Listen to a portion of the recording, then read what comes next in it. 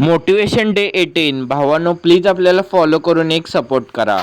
सांगलीमध्ये खूप पाऊस चालू होता तरी पण आपण फिरायचं सोडत नाही. जीवनामध्ये आनंद घ्यायचा असतं. कधी आपला दिवस शेवट असायला सांगू शकत नाही. कालच्या पावसानं सांगलीची सगळं हालच केलता. पाऊस आला म्हणजे शेतकऱ्याचं नुकसान होतं. मग काय किती दिवस बाहेर खाल्लो नाही म्हटलं आज गरम गरम काहीतरी खाऊन घेऊया.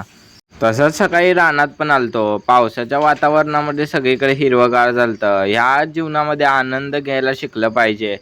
माणूस जीवनामध्ये खूप पैसा कमवतो पण घरात आल्यावर त्याला जो आनंद भेटायचा आहे तो कधी भेटत नाही. तर दुनियामध्ये पैसा जास्त कमवत बसण्यापेक्षा आनंद कमवायला शिका आणि गोड माणसं कमवले म्हणजे आनंद आपोआप भेटत राहतो. आपल्या कामाला आपण योग्य ते वेळ दिल्यावर आपलं काम कधी होत नाही असं होत नाही. आज मम्मीच्या कंपनीत गेल्यावर इथं बर्थडे साजरा केलता. माणसाच्या जीवनात जबाबदारी वाढली का त्याचा आनंद हरपून जातो. पण चांगल्या समाजाच्या लोकांकडे गेलो ना तोच आनंद आपल्याला त्यांच्या माणसाकडून भेटतो.